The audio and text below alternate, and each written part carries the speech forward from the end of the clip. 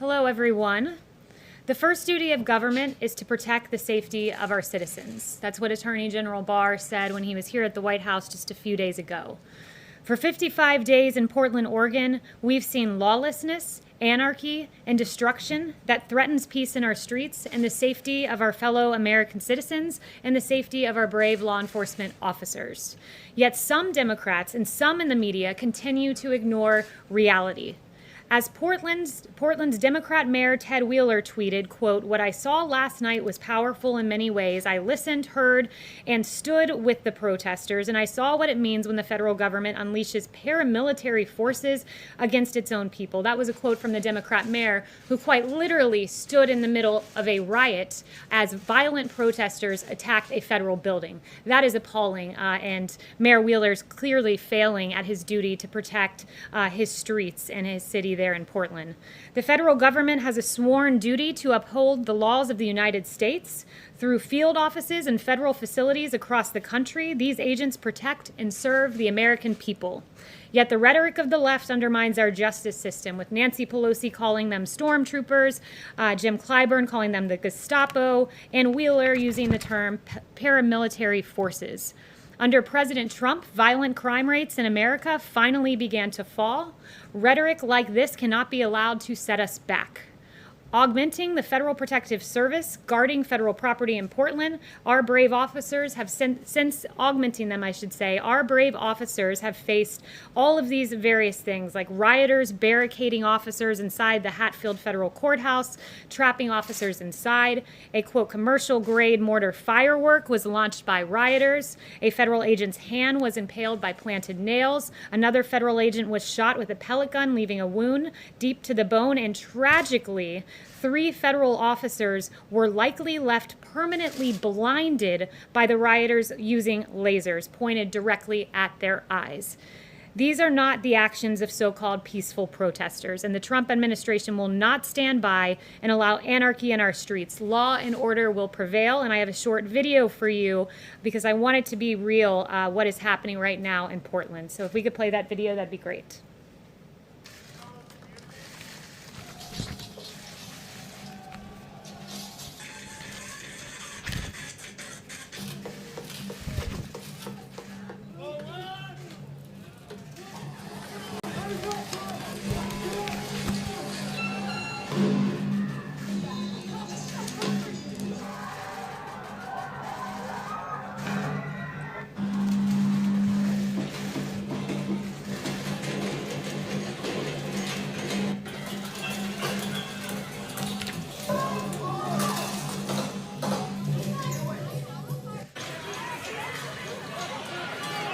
I hope someone kills your whole family. That wasn't me, homie.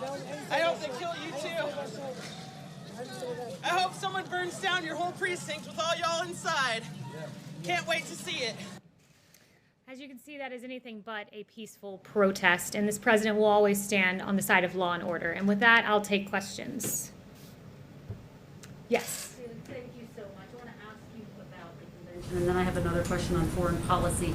First of all, has President Trump determined where he's going to or how he's going to deliver his speech? He said he was working on that yesterday. So he hasn't decided that just yet, but we have a number of really creative, exciting options that he's looking at. It's a question more for the RNC, but he's very excited about the prospect of what will come with the convention. And I want to ask you about something that he tweeted back in April. He said Joe Biden wanted the date for the Democratic National Convention moved to a later time period. Now he wants a virtual convention, one where he doesn't have to show up. Gee, I wonder why. Does the president regret that now? Well, as you know, I can't respond to Joe Biden. You'd have to ask the campaign about that. But the circumstances changed in Florida where we intended to have the convention. As the circumstances on the ground changed, the president changed his viewpoint on having the convention in Jacksonville at that particular location. I wanted to ask you about the president's phone call with Vladimir Putin. Did the president raise the issue of Russian bounties on the lives of American troops during that phone call? So as you know, that intelligence is unverified still to this day. There are dissenting opinions within the intel community. I won't get into the president's private discussions with a foreign leader. I was not on that call, but that intelligence is still unverified. But rest assured, our president will always stand with our military and protect them against any and every foreign adversary. He made a determination, Kayleigh, about what happened. He's been briefed now, right? Yes, thank you. Kayleigh, thank you. Yes, Nancy Pelosi and Mitch McConnell announced that John Lewis I'll come back to you next. will be lying in state at the Capitol Monday and Tuesday. Does the president plan to go to the Capitol to visit John Lewis on one of those days? I have no announcements about the president's upcoming plans, but John Lewis was a civil rights icon. We lowered the flag at the White House here to signify that. So I have no future announcements of the president's plans other than to make that one note. Yes. Thank you, Kayleigh. So the Senate has approved overwhelmingly a bill that would require the renaming of bases that are named after Confederate leaders. How is it that Senator Inhofe assured the president he was going to be able to remove that from legislation that has passed both chambers of Congress?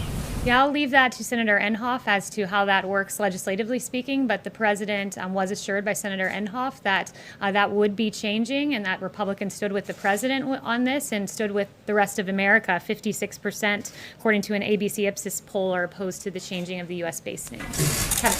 Kayleigh, thanks. Two quick questions. I think you probably hear this often. When can Americans expect some money in their pockets by way of stimulus? What's the president's plan to get that money to them as quickly as possible? And just a question about COVID reporting. Is the White House at all concerned about inaccuracies or inconsistencies with respect to COVID death reporting? So first, let me note when we look at numbers, we want the most accurate reporting. And I went through last week the CDC numbers. We want to make sure hospitals are truly reporting all the information they're getting. One of the systems of data gathering, only 81% of hospitals were reporting into. Another HHS system was getting a more full picture of what we're seeing in hospitals. So we want to ensure all of our information is accurate, and we trust the numbers that we're getting from HHS and CDC. And with regard to phase 4, those negotiations are ongoing. These are long and extended negotiations, but we feel that it's very important from the White House to address unemployment insurance in particular, and also money for schools and ensuring that the money for schools enables students to make school choices like actually going to a physically open school. So right now that's where the discussions lie at the moment. One more quick one very quickly. Drug pricing is so critical to America's seniors. Often you hear terrible stories, frankly, about people having to ration drugs because of the incredible cost.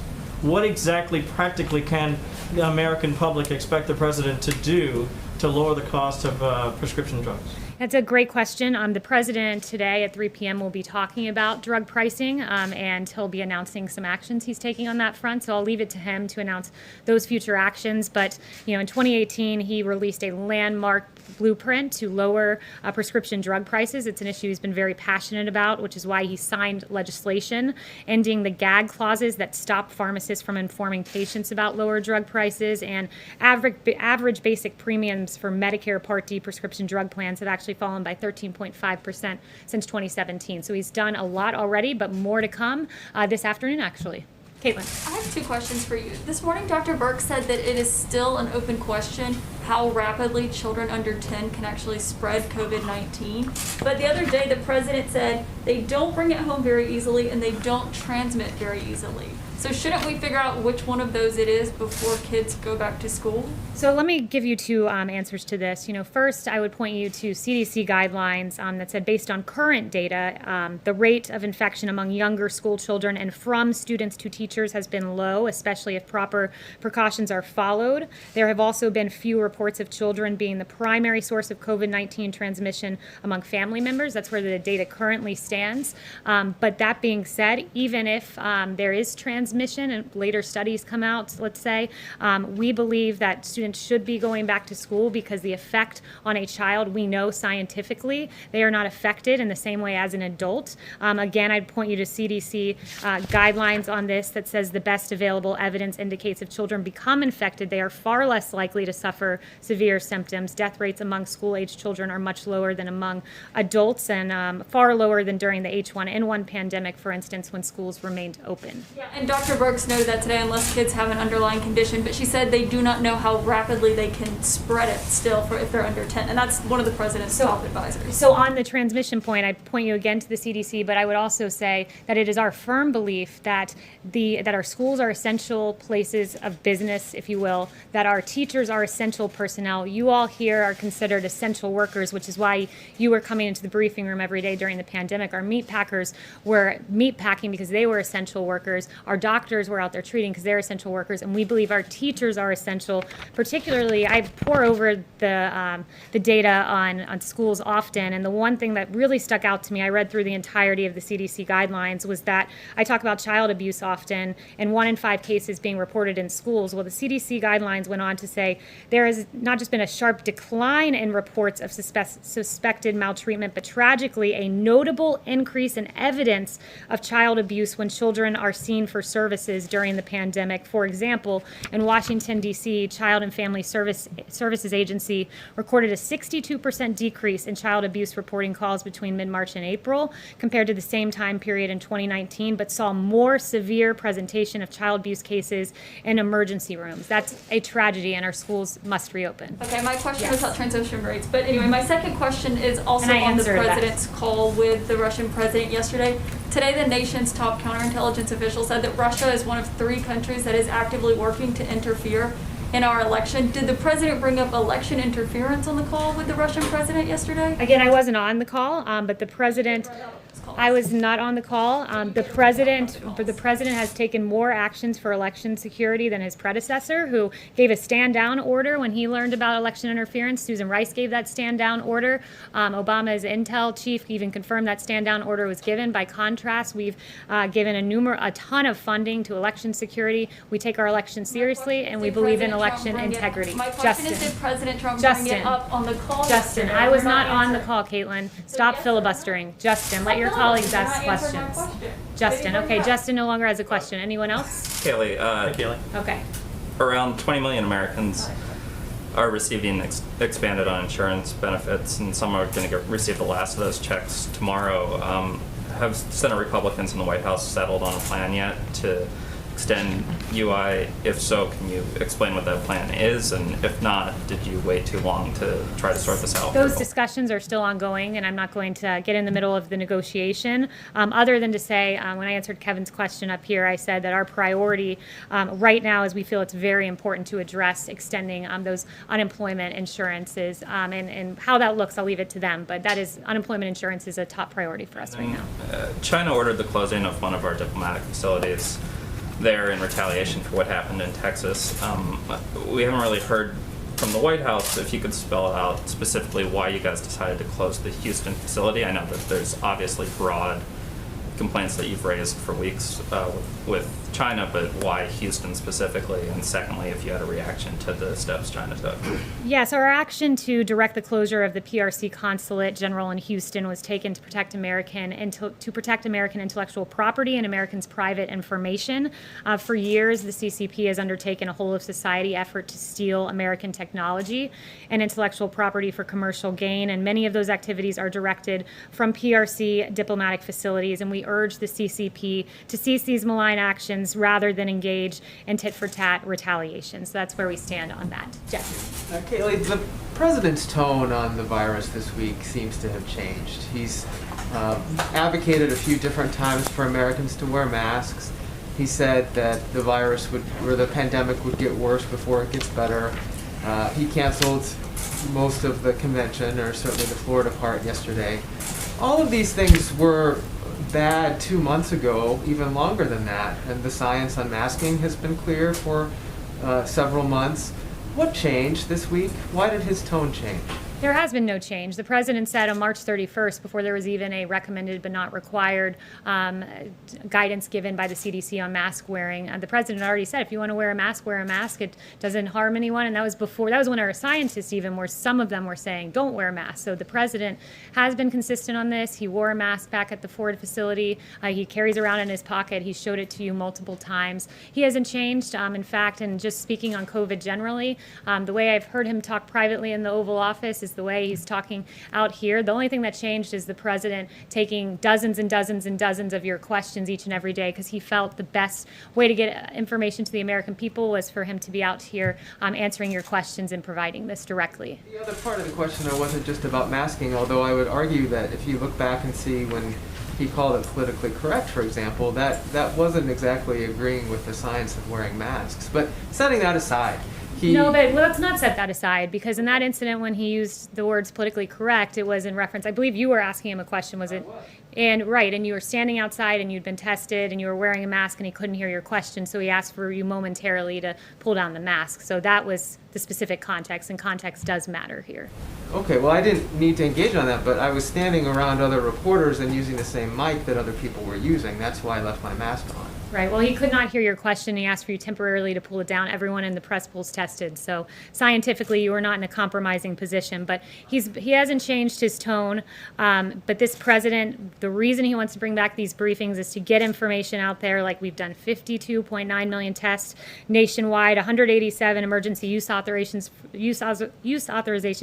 for test manufacturing, 20 million swabs per month, use the DPA over 20 times. All of these great successes of this administration, like distributing 31,000 cases of remdesivir, enough to treat nearly 200,000 patients. None of this is getting covered. And you've got the best messenger, the duly elected president of the United States, talking directly to the American people and getting extraordinary ratings as they tune in to get information from their leader. My question wasn't about John. that last piece. I just want to clarify one thing, Kayleigh. Okay, John no longer has a question. Anyone else? I just want to clarify. I don't want to talk over it. If you don't mind, Jeff, maybe we can come back to you. I would like to finish my question. Yeah. Well, Yeah, but when ask you my everyone in the question. front rows get 5 questions, people in the back row don't even get the opportunity to ask questions. Just that you're not answering the question. I want to ask about the Senate Defense Authorization Bill, which passed by a veto-proof majority yesterday, and the House earlier this week also passed their version of the defense bill, also by a veto-proof majority. And both of those bills contain mandates that the Pentagon rename these military bases, which are named in honor of Confederate generals.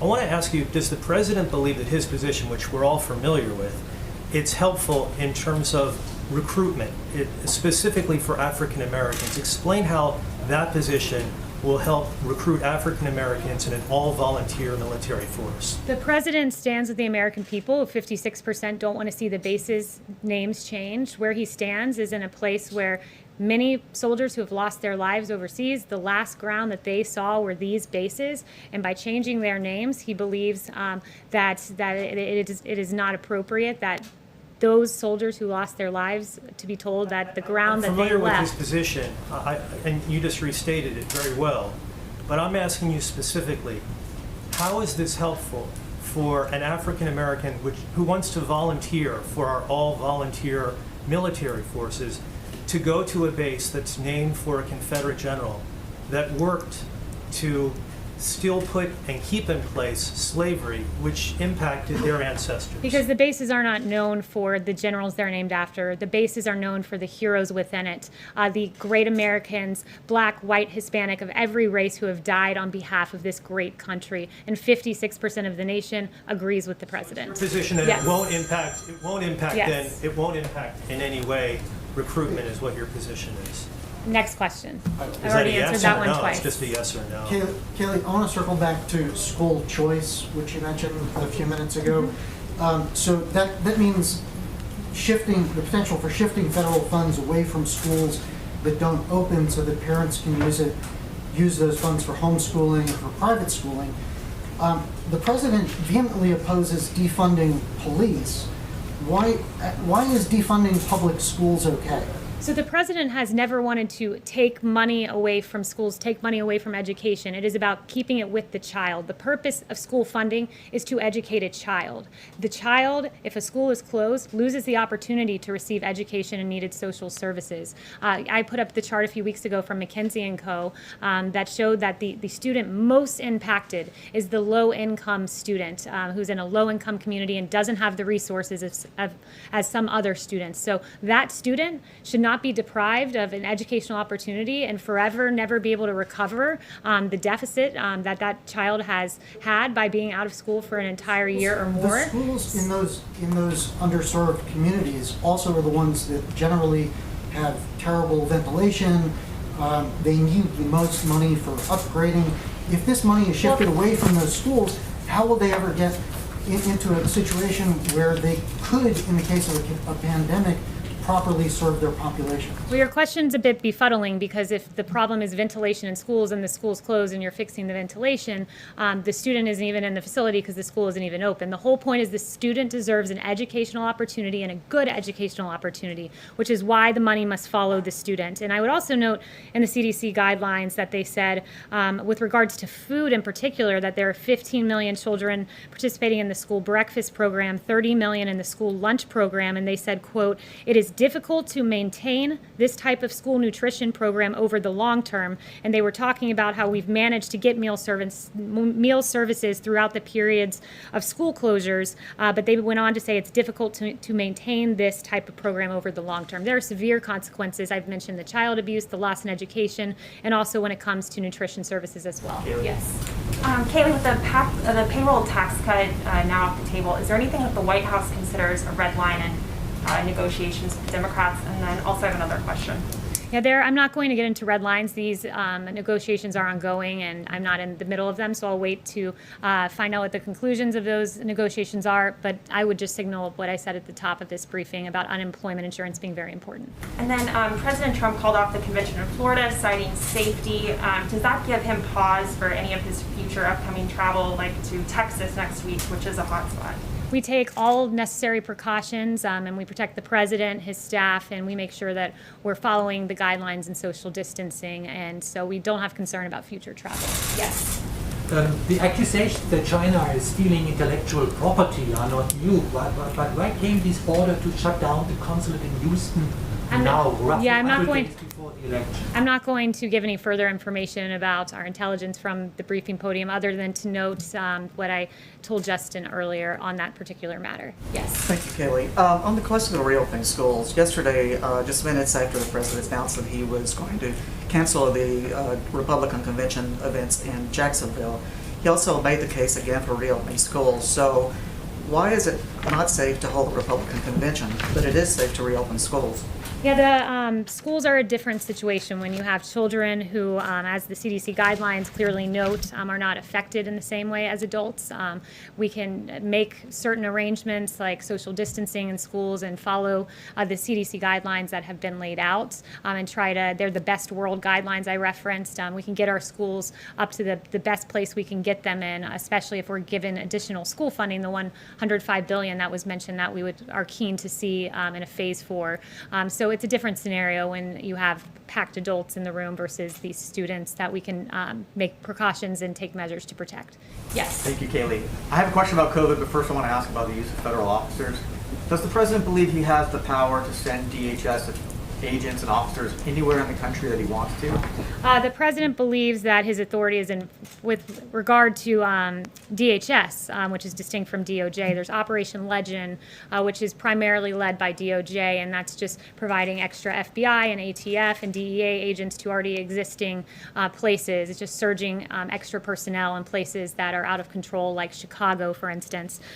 Separate and distinct from Portland, which is DHS, and his power pertains to 40 U.S. Code 1315. I read that statute for you in the last briefing, so I won't bore you with reading it again, but that's with protecting federal property. So those are the two lanes that we've acted on and look at. For those DHS, those officers and agents, does he believe he has the power to send them anywhere he wants? He believes they're there to protect federal property, so I'll leave it to you to determine where's federal property. And just to follow up on that, I mean, has the president reminded those federal agents and officers that their constitutional obligation to not violate search and seizure rights and not take people into custody without probable cause? Well, Chad Wolf is leading this operation over at DHS, and he has made clear that his officers are acting within the bounds of the law. Of course, we encourage everyone to act within the bounds of the law and the Constitution. The president said he loves the Constitution. We haven't heard him speak about that particular part of the Constitution in this context. President Trump has repeatedly said that he wouldn't watch sports or support sports if players continue to kneel.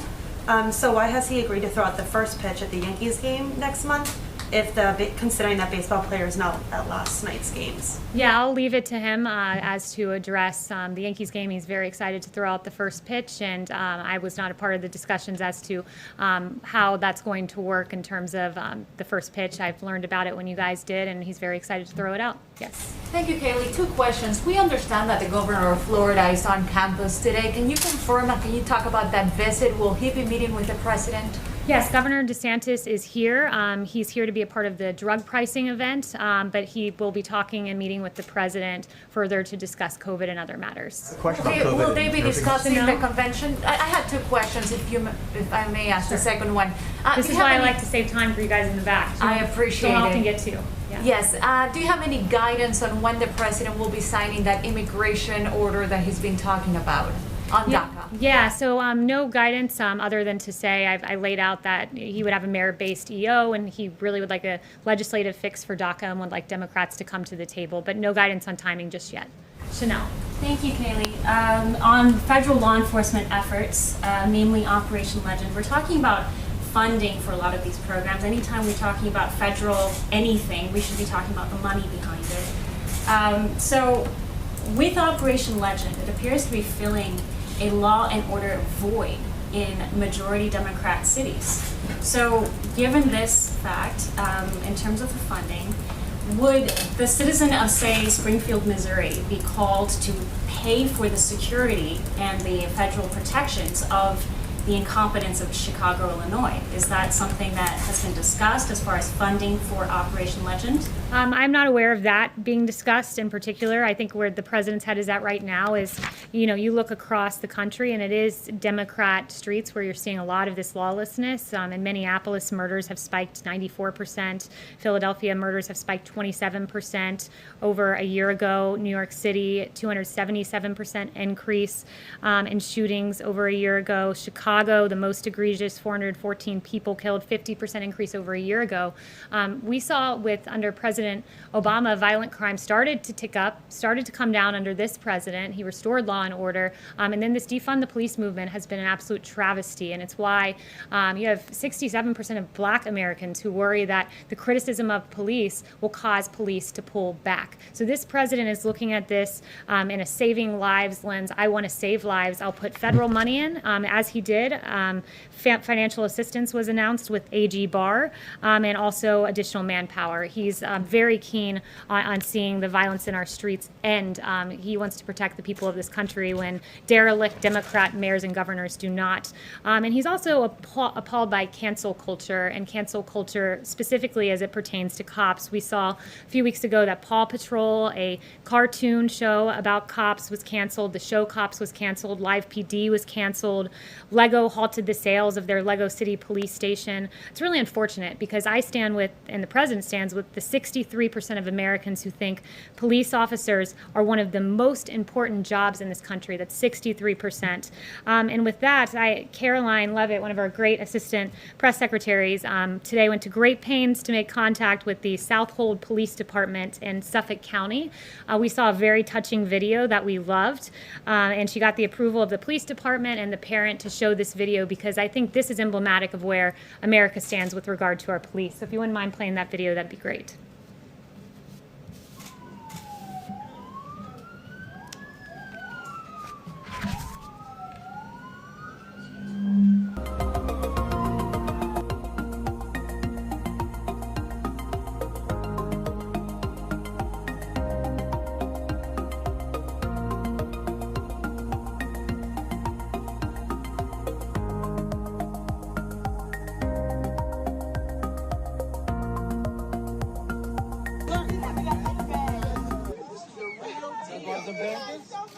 Thank you.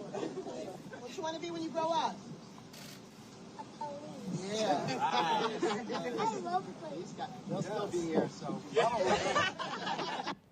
Thank you to our heroic police department around the country. America stands with you.